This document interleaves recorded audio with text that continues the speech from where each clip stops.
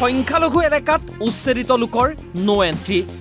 গাঁৱত প্ৰৱেশৰ লগে লগে উভতাই পঠিয়ালে উচ্ছেদিত লোকক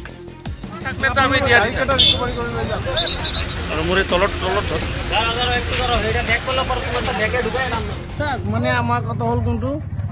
আমি চাম এইটো গাড়ী আহিছে আমি মানে সিহঁতৰ কাগজ পত্ৰ যি আছে আমি চাইছো সিহঁতৰ ইয়াৰ এড্ৰেছ নাই সেইকাৰণে মানে আমি সব ইয়াৰ ৰাইজে মিলি মিলি কৈছো যে আমি এইটো থাকিব নিদিওঁ যদি সিহঁতৰ যদি ইয়াৰ কোনো এই জায়গাৰ যদি এড্ৰেছ থাকে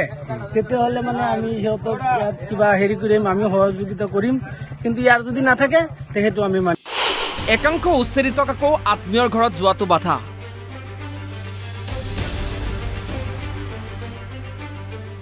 উৰিয়াম ঘাটত অবৈধভাৱে দখল কৰি থকা পৰিয়ালক উচ্ছেদৰ জাননী দিয়াৰ পিছতে এতিয়া হাহাকাৰ লাগিছে হাজাৰ হাজাৰ বাহনত সা সামগ্ৰী বুজাই কৰি ঢাপলি মেলিছে অসমৰ বিভিন্ন স্থানলৈ 3000 ওপৰ কেজি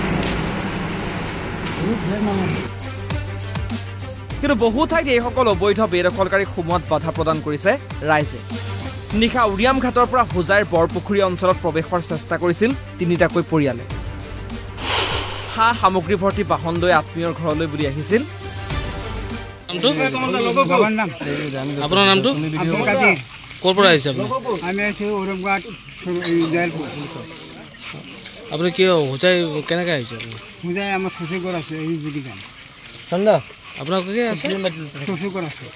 আপোনাৰ এতিয়া ক'ত যাব এই পশ্চিম বুজি গান ক'ৰ পৰা আহিছে আপুনি ঔৰংগাবাদ জয়লপুৰ কিন্তু অঞ্চলটোত প্ৰৱেশত বাধা ৰাইজৰ তিনিটা পৰিয়ালৰ 14জনকৈ সদস্যক প্ৰৱেশ কৰিবলৈ নিদিয়াত আৰক্ষীয়ে হোজাই থানালৈ লৈ যায় অৱশ্যে পিছত হোজাই থানাৰ পৰা নগাঁৱলৈ আহে পৰিয়াল তিনিটা 3 দিনৰ পৰা মানুহ আহিয়ে আছে যেতিয়া উৰিয়াম ঘাটত উচ্ছেদ হ'ব বুলি কৈছে তেতিয়াৰ পৰা মানুহ আহিয়ে আছে তো সবৰে কাম কাজ থাকে আজি আমি ৰাতি 9টা বজাত গাড়ী দুটা আমি আটকাইছো আমাৰ ৰাইজে আটকাইছে এতিয়া ইহঁতি ঘুৰিছো ইহঁতি কৈ আছে যে উৰিয়াম ঘাটৰ পৰা ইফালে নগাঁৱৰ ঢিঙতো উৰিয়াম ঘাটৰ পৰা অহা এটা পৰিয়াল সোমাইছিল কিন্তু পৰিয়ালটো ঢিঙৰ বাসিন্দা নোহোৱাৰ বাবে আশ্ৰয় নিদিলে গাঁওবাসীয়ে ৰাইজৰ বাধাত অহা বাটেৰে উভতি যাবলৈ বাধ্য হয় অবৈধ দখলকাৰী পৰিয়ালটো উচ্ছেদৰ জাননী পাই উৰিয়াম ঘাটৰ পৰা তালি টোপোলা বান্ধি শ লোকে পলায়ন কৰিছে ইতিমধ্যে নগাঁৱৰ ঢিং মৈৰাবাৰী লাহৰীঘাটৰ বিভিন্ন অঞ্চলত প্ৰৱেশ কৰিছে বহু পৰিয়াল কিন্তু ৰাইজৰ বাধাত এতিয়া থমকিব লগা হৈছে অবৈধ বেদখলকাৰীসকল হোজাইৰ পৰা বিজুগাঁও খোৱা বটদ্ৰাৰ পৰা মুস্তাফা সালিম আহমেদ আৰু ঢিঙৰ পৰা মুজাহিদুল ইছলামৰ ৰিপৰ্ট অসম লাইভ 24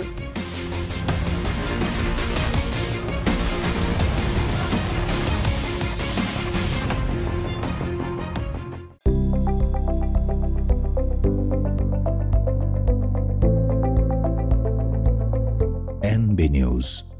সহজ সৰল ভাষাত নৱভাৰতৰ কথা